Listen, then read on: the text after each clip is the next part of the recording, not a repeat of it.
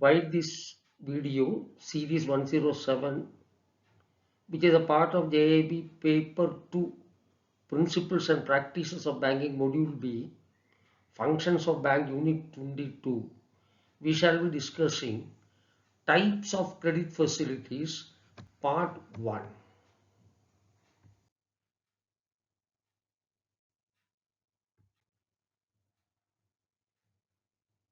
The credit facilities can be broadly classified into fund-based and non-fund-based credit facilities. Fund-based credit facilities are those credit facilities where there is an outflow of cash from the banking system. Say for example, if we give a housing loan, naturally we will be disbursing the loan by way of cash or through a check or through a transfer. So the cash balance of the bank reduces. There are non-fund based credit facilities where there is no outflow of cash. Bank on behalf of a customer gives a guarantee or an assurance to a third person. That is what is called as non-fund based credit facilities. The retail loans plus consumer commercial loans is the total loan portfolio of a bank. And the fund-based credit facilities can be a cash credit facility, an overdraft facility, a term loan, a demand loan, a bill finance. They are all fund-based credit facilities, or they are all examples for fund-based credit facilities. Some of the examples for the non-fund based credit facilities are the bank guarantee, letter of credit, acceptance, etc.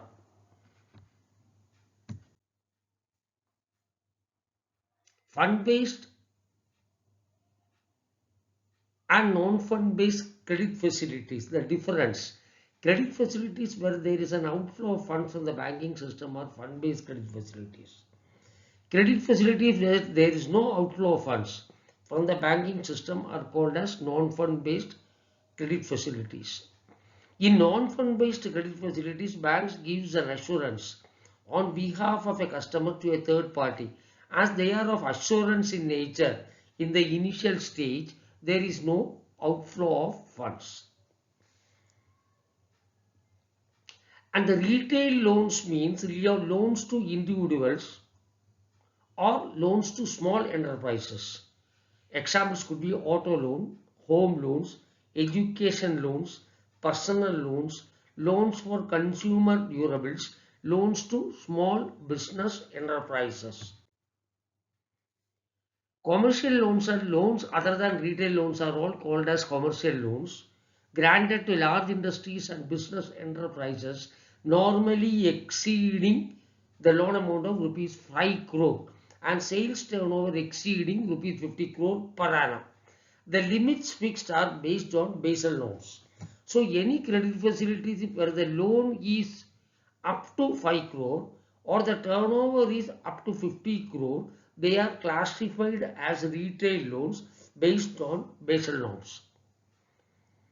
And the loan can be broadly classified as working capital loan and term loan also.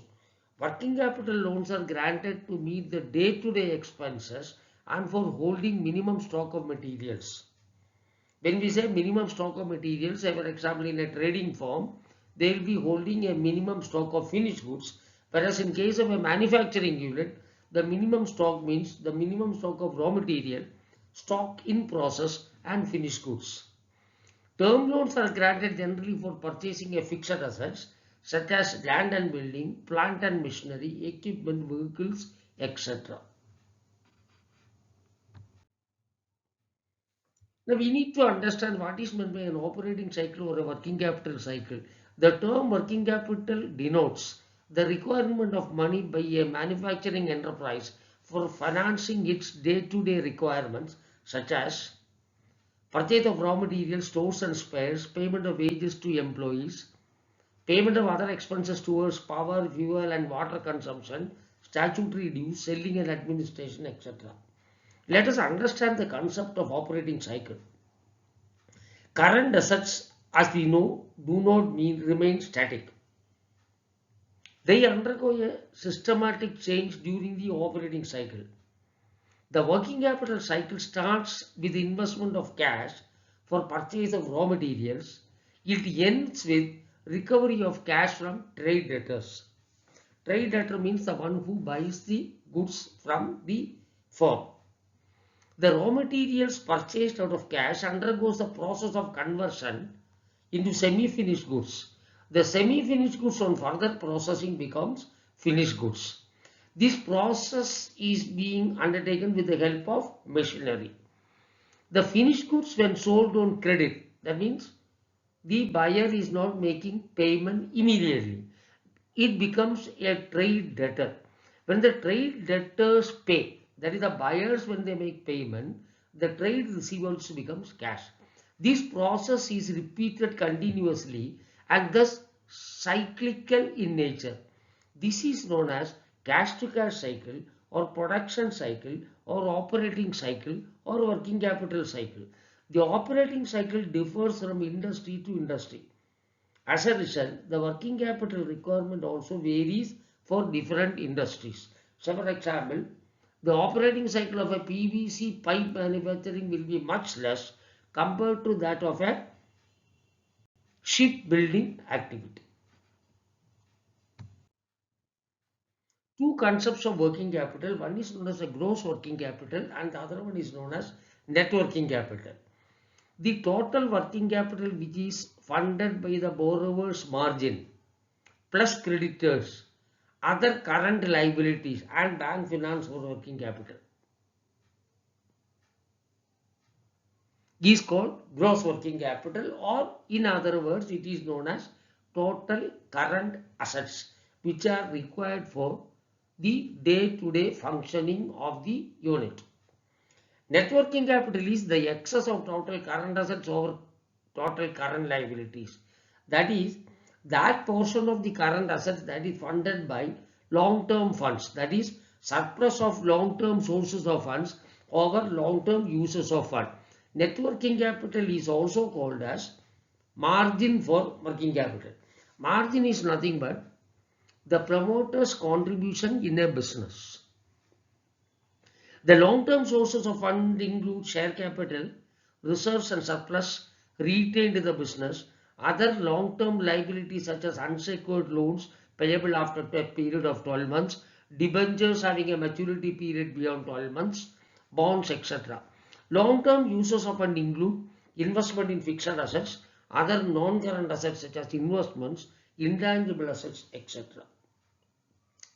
Adequacy of working capital. We know that the working capital is what is the fund that is required for day-to-day functioning of the unit. It also includes the minimum investment that is required in the form the stock of materials. So a firm should have adequate working capital for running the business smoothly. It should have sufficient working capital to ensure uninterrupted production and uninterrupted supplies. The working capital should neither be excessive nor inadequate. Both situations are risky. Excessive working capital means the firm has idle funds which earn no profit for the firm. Inadequate working capital means the firm does not have sufficient funds for running its operations smoothly, which ultimately results in production and supply interruptions leading to reduced profitability and may even lead to losses. Relationship between working capital risk and return. This principle is based on the following assumptions. Higher the risk, higher is the profitability. Lower the risk, lower is the profitability. Current assets are less profitable than fixed assets.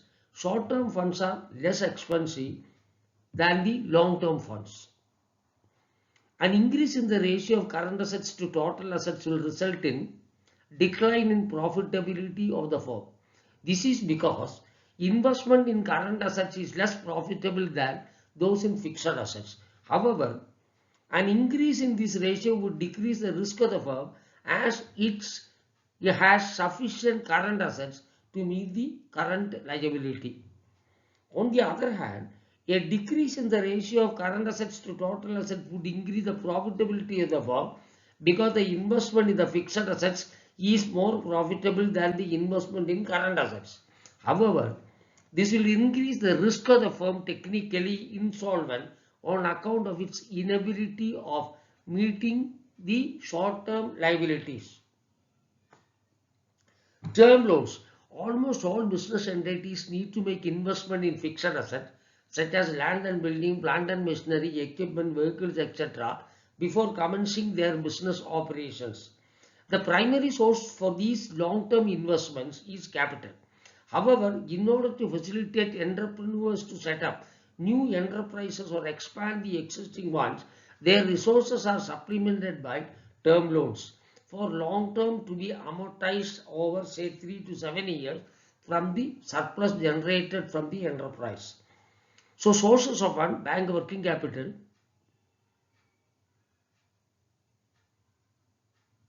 gross working capital such as stock of materials, trade debtors, OCA, part of working capital cycle. Bank working capital finance, creditors, OCL, margin. For a term loan, which are fixed assets such as land, building, plant and machinery, equipments, the term loan and margin is what is used for fixed assets. So there are two types of investment. What is a gross working capital, which is funded by banks, working capital finance, creditors and other current liabilities. Whereas in the case of a fixed assets, the funding sources are the term loan and the margin the promoters bring in. Differences between term loan and working capital finance. Working capital finance, term loan, purpose.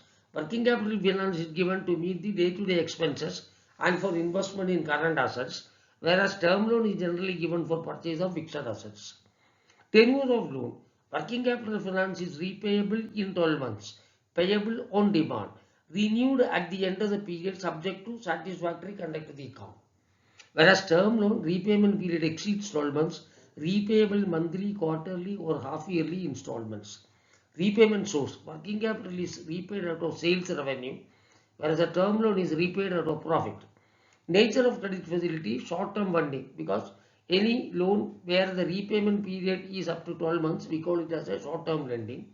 Whereas the term loan having a repayment period exceeding 12 months is a long-term funding. Disbursement. Granted as a running unit, disbursed once in or in a few tranches over a fixed period of time during project implementation stage. Subscribe to my channel, which is totally free of cost. Subscription will give you intimation of the new videos being published. More videos based on JAIIB and CAIIB syllabus based on credit lending topics are to be published. Thank you very much. My channel is NPIS Learning Modules.